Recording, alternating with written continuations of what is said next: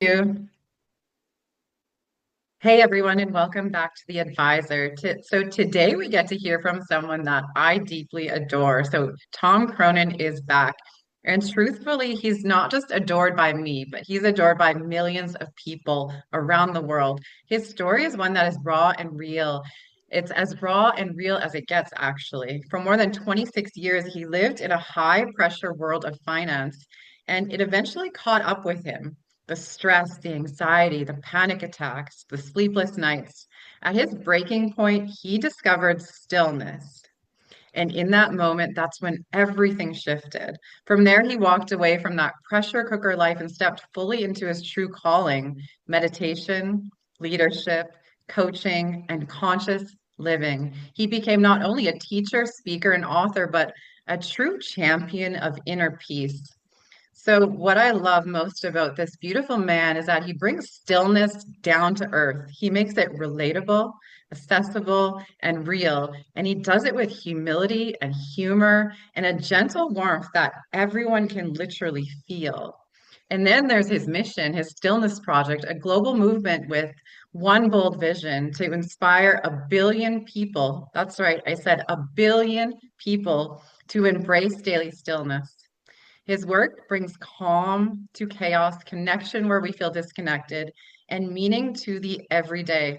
And if that's not enough, his latest work continues to ripple out in powerful ways. He even recently shared the stage with Jane Fonda at Wanderlust, showing just how global and relevant this message of stillness truly is. So it is so good to have you back, Tom. How are you doing? How's Australia? It's beautiful as always. I love Australia and I love that bio. Can I borrow that? That's really cool. Thank Hey, you I for that wrote most of introduction. that. That was most of my words, believe it or not. Very Yes, you can impressed. I have it. like it. Thank you. I'm uh I'm so excited to talk to you today because I mean we've covered many different things on over the episodes and we got really deep on a lot of these topics, but today it would be good to just simplify things, I think. Yeah, I like that. Simplicity is such an important component to reality. We tend to, particularly our minds, overcomplicate things, overanalyze, over ruminate, and over contemplate. And I think one of the greatest ways to live a very fulfilling life is to live life very simply. Mm, yes, absolutely. Absolutely. So for those who don't know your story, can you share just briefly what life was like in finance and that pivotal moment that led you to discover stillness? Yeah, I was speaking of not in simple lives, that was a very complicated life. I was a broker in finance, and at that time I was driven by an ego that has an insatiable desire. All egos, it's not you, the personality, the individual, it's the ego, the construct of the ego, and it was in this constant state of craving, and it was satiating this craving with lots of energy, lots of money, lots of partying, lots of drinking, lots of drugs. And as a broker, this was something that I was very drawn to. At the young age between 19 and 29, for the first 10 years of that career, I was pulled into that very excessive hedonistic world. And what the beautiful thing about the universe is it's very good at realigning us. If we are finding ourselves out of orbit, out of alignment to the path trajectory that we're here as a soul to be on, to have self-discovery, self-realization, then the universe will give us some very strong and firm guidance systems, usually karma, and it's usually quite painful. It doesn't find pleasurable experiences to be very good at guiding us in another direction. It usually uses pain. So I was getting a lot of anxiety, panic attacks, depression, and this eventually morphed into really a mental breakdown. It was pretty severe. I was having suicide ideation, extreme panic attacks, really deep, dark depression. And a lot of that was just the horrible addictions that I was grappling with from all sorts of different things. And that deep dark night of the soul was when I started to look for other alternatives, other solutions, and that's when I came across meditation, particularly transcendental meditation or Vedic meditation. And it really was not just the technique itself, such a game changer, but what I really was magnetized by and drawn to was the depth of the knowledge, the philosophy that was just so profound and so deep and so science based that with the technique and the knowledge, those two things together, it was just a really powerful transformation that I went through very quickly. And I went deep down the rabbit hole for many years, doing lots of advanced training and advanced studies in Australia and India and Bali. Wow. So in the simplest words, like what does stillness actually mean? If we really break it down into simplicity, it's the absence of motion. Okay, so Okay. so that's the basic form. So people say, "Oh, I meditate. I when I go for a run." It's like, well, you're not really in stillness. It can be a form of Mm, meditation. People say when I do laps in the pool, it's quite meditative. So it can be meditative, but it's not stillness. So when we're talking okay. about absence of motion, we're talking about absence of motion physically and absence of motion mentally. This is the most important part because you can be in a pool doing laps and it can be quite repetitive, but you can be ruminating about your electricity bill. You can be ruminating about something you said at work. You can be ruminating about an annoying email that you've got to respond to. Even though the action of and movement can be quite meditative, but the mind is very busy and contemplative. So when we get into stillness, that is that deep transcendent state where there's no neurological activity as far as no thoughts happening in the mind. We're now in what we call pure consciousness. So pure consciousness is a state where the mind is no longer thinking, yet we're still awake. Mm. And what leads to, as a result of that state of no motion or activity in the mind, is a deep physiological de-excitation in the body. So now we've got stillness of mind, stillness of body. And this is the key component to this meditation as opposed to other forms of meditation, not just swimming and running and dancing, but also, not to discredit them, they're obviously beautiful practices and very relevant. I still swim and run and dance, but what we're talking about here is getting to a point where there's an alignment between stillness in the mind and stillness in the body. And that is a really powerful state to get into. In Sanskrit, it's called Turiya. Turiya means the fourth state. So that's a state beyond unconscious deep sleep. It's a state beyond dream state, which we have in sleep, and it's a state beyond thinking state, which we have throughout the day. And this fourth state is a very rare state for humans to get into, but every human can access it. It's the state where we're awake and not thinking. And to get into that, I find there's very few meditation practices that will get us to that realm where there's stillness in mind and body. So why does stillness have such a powerful effect on our stress, anxiety, and sleep? It's a really good question. It works twofold. The two main benefits that happen when we're in Turiya, this fourth state, where we're awake and we're not thinking. So, firstly, it's been scientifically proven in medical studies and biological studies that the physical body reaches a state of rest, metabolic rest, that is 4 to 5 times deeper when we're awake and not thinking, as opposed to when we're asleep and not thinking. So, deep sleep is a state where we're asleep and we're not thinking and we're unconscious. That's why we have to lie down because the body can't sit upright in that state. Whereas in meditation, you can sit upright and be in Turiya, a state where there's no thoughts, but you're awake this time. And this state reaches a state of metabolic rest 4 to 5 times physically deep, and that's measured through basal skin resistance, through blood pressure, through breath rate, heartbeats. And if you think about, if you're lying next to a partner in bed, you kind of know when they fall asleep because their breathing goes from something that you can only just hear to, their Yeah, or breathing they actually gets snore really heavier loud. and louder, right? And so there's actually, interestingly, quite a lot of activity happening while they're sleeping. And Mm. when we're in meditation, there's almost no breath at all. It's quite phenomenal. There's almost zero oxygen intake in that deep meditative state. So, firstly, we get incredibly deep physiological rest. Now, what's the importance of that? When we have profoundly deep states of physiological rest, when we're awake, the body has greater capacity to heal and restore balance than it does when we're asleep. And this is a really Wow. powerful phenomenon. I was riddled with anxiety, depression, panic attacks, agoraphobia, constantly colds and flus because my body was in a state of disarray. And yet I was still sleeping every night. And when I started meditating, within days and weeks, those anomalies simply melted away and were cleared out of the body. And the analogy I like to use for this, just to help people scientifically understand this, because a lot of people are saying, I don't believe it. If we take a broken leg, now the broken leg happens because of activity. So some form of excitation, kicking soccer balls, running down a mountain, riding a bike. So activity has caused the break and the anomaly.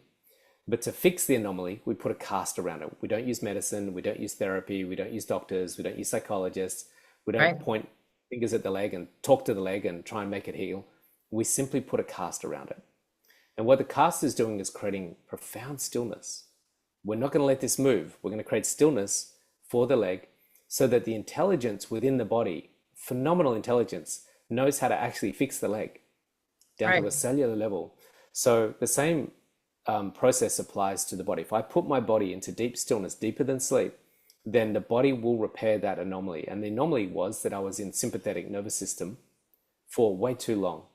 It's supposed to be Mm. short bursts of, yeah, hey, someone's pulling a knife on me in the street, short burst of stress, or there's a saber-tooth tiger chasing me from around the corner, short burst of stress, and then we go into the parasympathetic, which is the rest and repair. Mm. But the problem is we're not giving our bodies the opportunity to get into that rest and repair for long enough or deep enough to give it the opportunity to restore that balance. So what happens is the same as the cast around the leg. If we put the body consistently on a daily basis into rest and repair, a deep state of rest in the meditation, most of those anomalies physiologically will start to heal and sort themselves out of its own accord because the body's got a profound capacity to do that.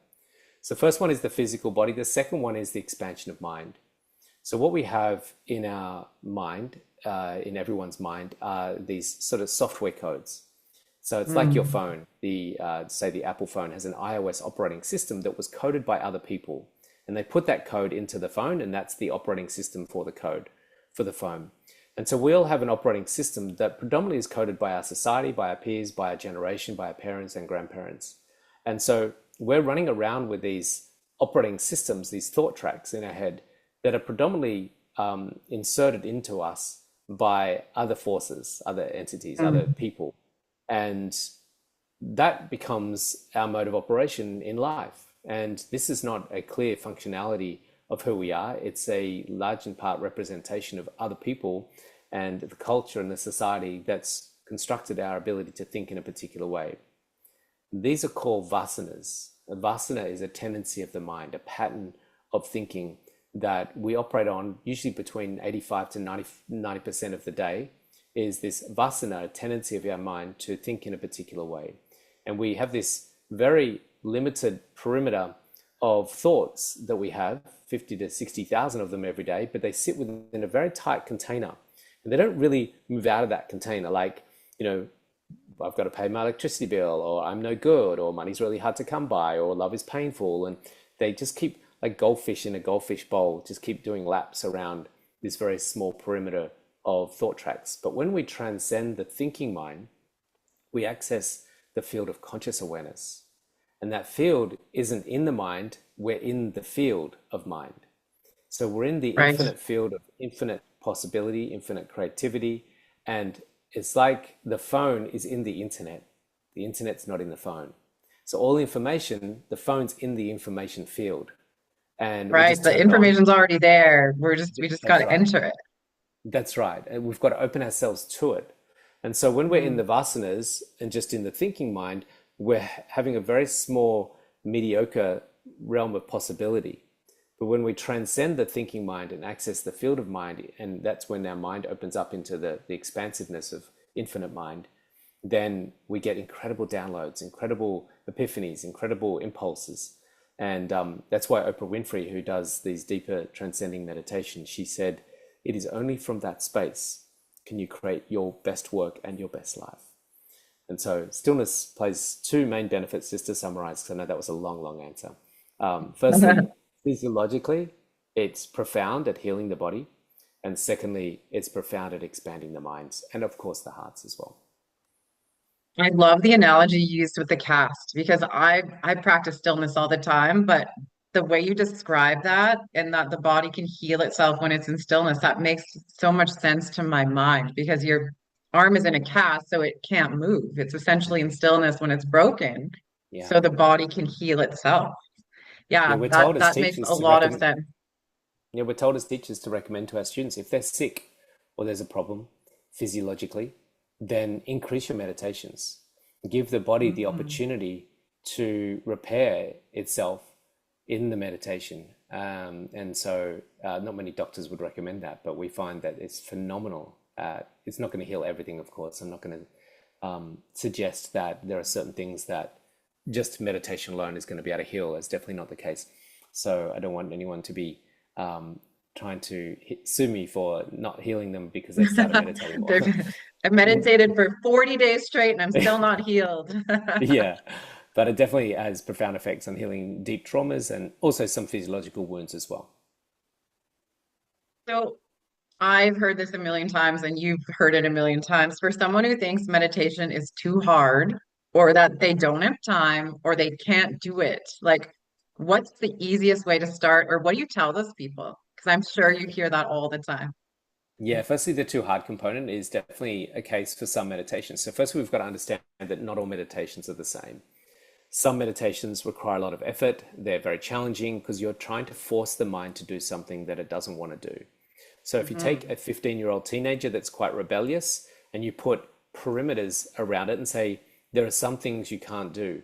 And now the teenager who is used to doing whatever it wants to do, now there's conflict because the teenager's up against a boundary line that it doesn't like. And so you've got a parent putting in a boundary line and a teenager trying to push the boundary line. And now you're going to have conflict. And this is going to get uncomfortable and messy in the house because you've got one person saying no and the other person saying yes. The same Right. thing happens with the mind with some meditations. When we say, I'm going to force you to be still, and the mind's like, I don't want to be still. It's like, no, I'm going to force you to Yeah. be still. It's like, I don't want to be still. And so now we have stress, we have conflict, and it's uncomfortable. And that's when those people that are doing those meditations say, look, this is really hard. I don't like doing uncomfortable things. I don't like conflict. I don't like struggle.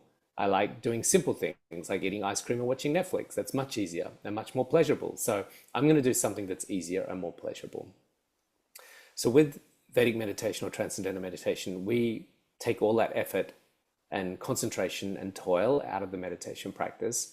And we introduce something very effortless for the mind. It's called a mantra. And the mantra becomes a very simple, gentle resonance that the mind's really quite enamored by. It's very entertained, it's very charmed by this wonderful repetition. So, for instance, if we take that teenager analogy and we say to the teenager, listen, I know you want to push over this boundary line, and I know that that's uncomfortable for you, but how about I give you something really charming that keeps you very entertained and you're very comfortable staying within the boundary line? And the teenager's like, well, that sounds like a good proposition. I like that idea. Yeah, that sounds cool. And now all of a sudden, the teenager is very comfortable to sit within that confinement. And so, with the mantra, what it does is that it provides something very charming for the mind that is an alternative to the thinking about the world outside of itself. And the quality of these Mhm. mantras, these are called bij mantras, they lure the mind effortlessly, like a carrot in front of a donkey or a banana in front of a monkey. So if you've got a monkey that's jumping around from limb to limb looking for something that's charming, and we just stand down the bottom and we put a little banana there in our hand, the monkey will quite inquisitively look to see what's down there and start to come down and sit at your feet very effortlessly. And that's Right. because it's found something quite charming. And that's what the mantra does. It makes the meditation effortless. So I would suggest if someone's finding meditation uncomfortable or difficult, the first thing we say is explore other alternatives. And what I found and why I teach Vedic meditation is because I found it really easy. I found it very blissful. I found it very effortless. And that's how I managed to, integrate this into my day and why we see really high retention rates with people doing this meditation practice because it's such a blissful, effortless process. And coming back to now the next part of the question, which is how do I respond if people say they don't have time in their day? We've got to understand the granular and the minutia of what motivates action. So every day we have 24 hours, and in every hour there are three portions of 20 minutes. That means there's 72 20-minute pieces of pie. So we've got a pie chart with 72 little pieces of pie, and every little 20-minute piece of pie is allocated to finding fulfillment. That's the underlying motivating factor behind every single action. So every single person on the planet right now are moving into action. whether they're driving to the grocery store, or whether they're going to the gym, or whether they're sending some emails, or whether they're watching Netflix, or whether they're listening to Spotify or listening to this podcast. The thing that motivates all action is to make life better. It's that simple. Make life Mm. better.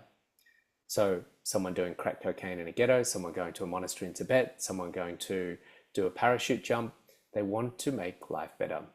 Yeah. So we know that all that chasing, inactivity, we can simply ask humanity. If we did a poll of the 7.8 billion people on the planet, every single person, if everyone had to fill in a poll today, and we asked them all, is your life better and are you happy? I think we'd probably find that there's a high portion, not all, but there's a high portion of people on the planet that would say, no, I'm not actually. And Right. that's because all the chasing, we can't find what we're looking for in action. This is the reality. We can't find what we're looking for. It can improve our life, of course. It's not to say we're going to suddenly stop doing action. We're going to continually do action anyway. We're going to read a book. We're going to go to the gym. We're going to go to work. We're going to make money. We're going to lose money. All of this is part of the process of being here in this three-dimensional matrix world. So we're not to discourage that, but what we want to do is we want to find happiness or fulfillment, I'd like to say, rather than happiness. Find fulfillment first. There's a beautiful Sanskrit quote, Yogastha Kuru Kamani, established in being, which is fulfillment, perform action. So we Mm. look to reverse the code or construct that society is operating by, which is outcome-oriented fulfillment. Go into action for fulfillment. We flip that and say, go into action from fulfillment. Mm. When we stabilize an internal arising of fulfillment within through ultimately a meditation practice, when we tap into the bliss energy of the divine that is in our heart, then Mm. what happens is love and fulfillment becomes our standing point. It's our starting point. It's the Right. starting point that action comes from. Now you'll find that people that have love and fulfillment within themselves uh, have quite different actions than someone that has Yeah. lack and fear or worry or anger as the starting point for their action. So we really want to inspire humans to realize the inner capacity that fulfillment lies within them, as we heard many times before. Yeah. You have such a beautiful way of explaining that. I would just tell someone to put their damn phone away for 20 minutes and get it done. That's the other option. A lot of the time, people are just like, I have no time, but they have so much time. Yeah, totally. It's just I like preferences. your You know, explanation better. in every day and in every moment, there are competing preferences. And there's sometimes Totally. one, two, or three. Sometimes there's thousands of competing preferences. So competing preferences, one thing that is competing for nothing. Do I have strawberry ice cream or chocolate ice cream? There's competing preferences. Do I go to the gym or do I go and watch Netflix? Do I drink a apple cider vinegar shot of ginger drink, or do I drink a beer? These are in every moment competing preferences with our time and attention. And it's really about, for me, when it comes down to these competing preferences, what I'm looking to choose when I get to make choices around my time allocation and my attention allocation is what is the best investment of my time and attention for long-term fulfillment, Mm. as opposed to how do I get the shortest dopamine hit. Right. So one of those examples would be my spiky mat. I have a what's called Shakti mat. Now, the Shakti mat is a very uncomfortable spiky mat that I lie on before bed at night, and it's Okay. not comfortable, right? It's painful, and it's not a short-term gain, right? But when I lie on a Shakti mat, I actually fall asleep on it many nights because it's really relaxing, and it That's gives you a hardcore. long-term investment of benefits that come from this sort of hardcore acupuncture process of lying on a spiky mat before bed. In the morning, most people might gravitate towards a very sweet orange juice or maybe a hit of caffeine with a coffee. But for me, it's not enjoyable and it's certainly not nice. But I have some apple cider vinegar in some warm water, and it's not very nice. It's not pleasurable. It doesn't give me a dopamine hit, but I know the long term benefit of that alkalizing and the rebalancing of my pH levels in my body sets me up, among many other things in my morning routine, to have a successful day ahead because my body's Right. in a much better state. Starting with that alkalizing, hydrating drink of half a liter of that in the morning is much, much better Wow. than having a very sugary orange juice or a hit of caffeine, which dehydrates my body and creates more acidity in my body. Right. And then the rest of your day, you're going to slowly go Yeah, downhill. fade. That's right. Yeah, exactly. Yeah. So competing Wow. preference is all about what's going to give me the best long-term investment rather than the short-term hit. I want to talk about the Stillness project for a second. So, your mission is 9 billion people to sit in stillness. Why 9 billion people? Well, the original tagline was to inspire a billion people to meditate daily. And Oh, a billion. It is a billion. I said nine. I added nine. yeah, No it's all pressure. right. No There's no pressure. We pressure. haven't even got 9 billion people on the planet yet. So Nine for billion. the future people before they come here. Um, Hey, we're talking about the whole universe here. This is about expanding the yeah, mind. exactly. That's All what the we're trying to souls, do. exactly. All the previous incarnations as well. I love that. So a The billion people. initial, yeah, initially it was going to be a million. And when I was working with my, I guess, advisory team to set up my business, the branding, the logo, the taglines, it was crafted by a body of people. These days you just use ChatGPT, I guess, and saved me the $100,000 that I spent on all of that. um, but, when I said a million, they're like, look, you could hit a million in 5 years' time, but how long do you want to Right. be doing this for? And I said, I don't know, I'll probably be doing this for the rest of my life. And at the time I Mm. was 44, and they said, well, that's another 50 years of you doing that. So, you'll hit your target in 5 years' time. What are you going to do then? Twiddle your thumbs and play lawn bowls? Like you're Mm. going to have a target that's going to really stretch things. And so interestingly, they were right because within the 5 years, we'd already not necessarily taught a million people to meditate, but certainly had been in front of and inspired over a million people through companies like Mind Valley, Mind Movies that had all promoted me. And I'd done work with those companies that had huge multi-million followers. And, we had a film come out that was seen all around the world. I had a lot of other things like being in front of large audiences with Jane Fonda. And so they were right, in the end, that I had underestimated. Because at the time, when we're at, this is what I do a lot of work with conscious leaders. It's like, I'm not interested in where you are and what you want to do today. What I'm interested in is what you want to do in 5 to 10 years' time, because you're going to be doing this for a long, long time. If you're a Right. breathwork, a yoga teacher, meditation teacher, it's not like you're going to go back to stacking shelves in a supermarket. So, like Marion Williamson and Neil Donald Walsh and Deepak Chopra and Bob Proctor, who recently passed, um, you know, you're probably going to be doing this till the last days of your life. There won't be Right. anything else you'll find more fulfilling than doing your work and bringing transformation to the planet. So, what I like to help people appreciate and forecast, and this is when we get out of these vasanas that play in very limited spaces. I want people to stretch beyond that perimeter and that boundary line to start looking at the future version of yourself in 5, 10, 15, 20 years' time and start building a business around that future version of yourself rather than the current version of yourself. Or some people play with the previous version of themselves, which is really, that traumatized, insecure, self-doubting, unworthy human that they're still holding on to from the previous version of themselves. So that can really limit their capacity. So I like to play with their future version of themselves. I love that. So, like, how would our personal stillness affect the people around us? And like, what do you see as the ripple effect after a billion people are in stillness? What is your Mm. vision of that? Yeah, it's such a beautiful question. And it excites me a lot because we have this phenomenon called an event horizon or a sphere of influence. So, a sphere Mm. of influence is the vibrational resonance that is not just the frequency that we're emitting from our body.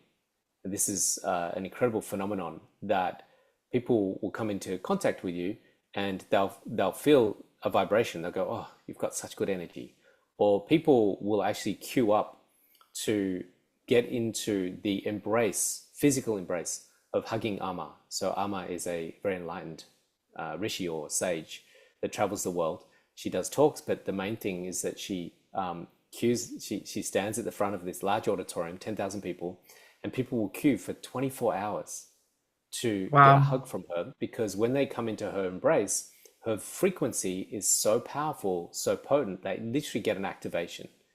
And this is what Mm. we call darshan. Darshan is a resonance that influences someone else into a higher vibration through either our gaze or by coming into a hug, or it could be that they're just standing close to us. So that's the vibrational resonance that can transform people. And what we found is that when people are in a state of peace or enlightenment, there's such a high vibration. It's 700 to 1000 hertz, HERTZ. So shame, guilt, anger, fear, they're between 20 and 70 hertz, very low frequencies. The lowest frequencies, shame and guilt, anger, fear, and the highest frequencies for a human, sorry, is 700 to 1000, which is peace, enlightenment, and they're very high. So when we can get people into these high vibrations of peace and enlightenment, what happens is they start to have a resonance and influence on others around them. And it's not just the vibrational resonance that emits out of their body, but it's actually the other things that come out of their body as well, which are words, their gaze, their thoughts, and their actions. These are all things that are being emanating from the vibration that they're in. So if I've got a vibration of anger, then my thoughts, my words, my gaze, my actions will be an expression of that vibration that's in my body. So the primary objective for me to create change on the planet is to get to people to peace, 600 hertz, which is the gateway through to enlightenment. We can't get to enlightenment without peace. And how do we get Right, peace? Peace is the absence of motion, which is stillness. Stillness is right. peace. So if we get people to stillness, what happens is an elevator lift up to peace, which is 600 hertz, the gateway Mm. to enlightenment. And then their thoughts, their words, their gaze, their actions, and their emanation of vibration becomes an influencing effect on people around them. And a classic example is actually my story. So I went from being a narcissistic arsehole broker, which was causing wreaking havoc in the world through my state. And then I went into, and just think about someone that's deeply riddled with anxiety, depression, and suicide ideation. What is the Right. impact that that person's having on their loved ones around them? Worry, fear, shit, all sorts of Anxiety. anxiety, right? So there's a ripple effect of that is really quite, um, tangible. When we have Yeah. someone that is in a deep state of peace, so in 3 days' time, I'm going to Bali and running a retreat for 6 days for 20 people. That is a sphere of influence emanating from me to other people through action that, and also my vibration that is going to deeply transform their lives. My blogs, Yeah. my social media, this podcast alone, no doubt someone, hopefully someone in the world is listening to this and their vibration is changing while they're listening to my words and hearing this conversation.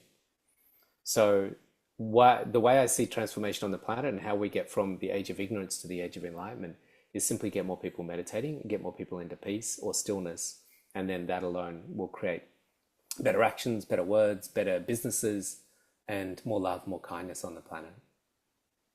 So quite Yeah, for simple, really. sure. It really is quite amazingly simple. All we have to do is get people to spend just a little bit of time each day, 20 minutes morning, 20 minutes afternoon, or an hour in the morning, hour in the afternoon, or an hour in the lunchtime, whenever they want to do it, sometime each day. And what we found is that those people that are in states of enlightenment, we found one common denominator. They all put aside time from activity to go into meditation. Quite phenomenal. Right. And yeah, that's my motivation. That's how I see the world changing. And you know what's the crazy part is that it's absolutely free, essentially. I know there's a course, but meditation is free. Like simple things like breath work have changed my life and it's inexpensive. People think that they're going to purchase like the drugs and the caffeine and they're expending all of their resources on things that aren't really helping and the simplest things are the most effective. Yeah, it's a really interesting time that we're going through on the planet. Uh, if you think about how much money on a daily basis, if we could do an audit of the planet and work out Mm. how much money today in the last 24 hours from this moment from 24 hours before was spent on alcohol, Okay. Oh And yeah. then we work out how much money was spent on recreational drugs. And then we work out how much money was spent on buying unnecessary clothes. Okay. Oh, So I'm not talking totally. about underwear and socks and things that we need, but clothes that we just basically don't need. I moved house the other day and I realized I said to my family, no one buy me another piece of clothing. I think I have got enough, other than socks and underwear. I've got enough clothing, I think, till the day I die. Yeah. If I only rely on the existing clothes that I've got, I'm pretty sure I've got enough t-shirts, jumpers, tracky pants, and jeans to last me my entire lifetime. Forget changing fashions, but just that is enough. So if you take those three things, clothes, alcohol, and drugs, and we work out how much is spent on a daily basis on the planet, and then we take meditation and breath work, forgetting other things, amazing things like qigong and yoga and going to do exercise at the gym, and they're all beautiful and wonderful. What we find is that the disproportionate amount of allocation of funds, yet the benefits that come from these things, just say yoga, meditation, breath work, and the benefit that comes from these, which is collateral damage, right? The collateral Totally. damage of these, just those three things alone. We're not talking about guns and oil and all the other stuff. It's kind of absurd. We just think, are we really that bonkers as a species? Are Yeah. we really that crazy? I did a We breath are. work. We are. We are. That's right. I did a conscious breath work the other day, and you talked about it. Maybe you want to talk to your audience about it because I did one the other day when I was on a retreat, on the receiving end of a retreat, which is really an honor and a gift. And I was flying so high. I'm like, I was peaking in this incredible euphoria. I'm like, all I did was breathe in and out for 30 minutes. Yeah. And I felt so Totally. incredible. I was like, if only people knew the power of this thing that just goes in and out of your body all day long. If my 20-year-old self knew that at 41 years old, I would be using breath work to get a buzz, she would be laughing her ass off at me right now. Is She that would be right? Yeah. laughing her ass. I'd spend a It's thousand or it's two even thousand better dollars a than night any trying to drug get I've ever that. used. Yeah, What's that? totally. Yeah, I would spend $1,000 to $2,000 to trying to get that state, and then there I was just breathing in and out. In half an hour, I was there. Totally 2000. I would have spent like a million for that. Like literally, I did it the other night and I felt like I was in the ocean and I was just like bobbing there and my body just zero stress, just complete Mm, mm, ease. Such a mm. beautiful feeling. Yeah, yeah, yeah. It's a wonderful thing. And look, just to touch on this, what's happening on the planet is a paradigm shift right now. It's really exciting. It's if we just pause and take stock of what's actually going on here, the fact that you and I, you're in Canada, I'm here in Australia, and we're having this conversation is purely indicative that things are changing and changing quickly, and they're changing at such a rate that at the moment, the one of the largest nightclub and bar owners of LA has sold his business and he's now creating health estates. It's called the estate. He's partnering with Anthony Robbins. And these are health clubs that have breath work, that have saunas, that have ice baths, that have meditation in them. Because these people are getting ahead of the curve and they know that that portion of money that's been allocated to drugs, drinking, and clothes, it's going to move really quickly. And that's what I'm finding. One of the largest investment firms in Australia, Salter Brothers, have now become the largest retreat owners retreat. So they've bought up all these different hotels and retreat centers, resorts around Australia because they know that people's spending power is shifting from detrimental things to nourishing, healing things. And Crazy. even me running retreats, I'm seeing a lot more people inquiring about their annual holidays being spent on something, doing breathwork, yoga, meditation, and eating healthy food and healing from Yeah. traumas, as opposed to going to Cancun and getting wasted on lines of Coke and Coors beers. So Yeah. it's a really big shift that's happening on the planet. And I think it's going to have an exponential blast as we start to realize the capacity for human experience doesn't take a lot. It just needs a bit of stillness and a bit of breath work and a bit of stretching and a bit of exercise and some healthy drinks and food. Yeah, my God. I know. I was in Vegas for a retreat and just hit the strip because I've never seen it. And it was like dead. There was no one Hmm. around. The Yeah. casinos were Yeah. completely dead. The airport was dead. And I was like, I don't even get to experience Sin City for a second, but there was no one around. Yeah. So I think Imagine you're Vegas right. in 20 years' time in an enlightened planet. Vegas will have to convert very quickly into health centers, yoga centers, spa centers. Otherwise they're going to be clamoring and those buildings are going to be very redundant very quickly. Very much so. So, hey, listen, why don't you quickly tell us on what is upcoming for you? What have you got going on?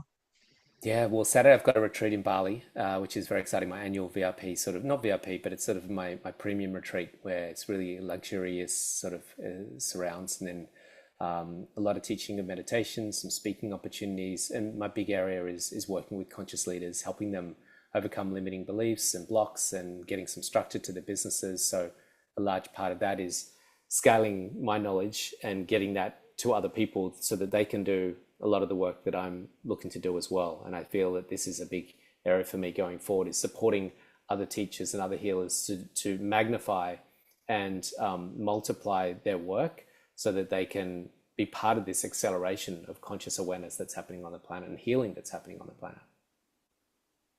So you've got your retreat in Bali, and I think you were telling me about some kind of speaking thing you had coming up too.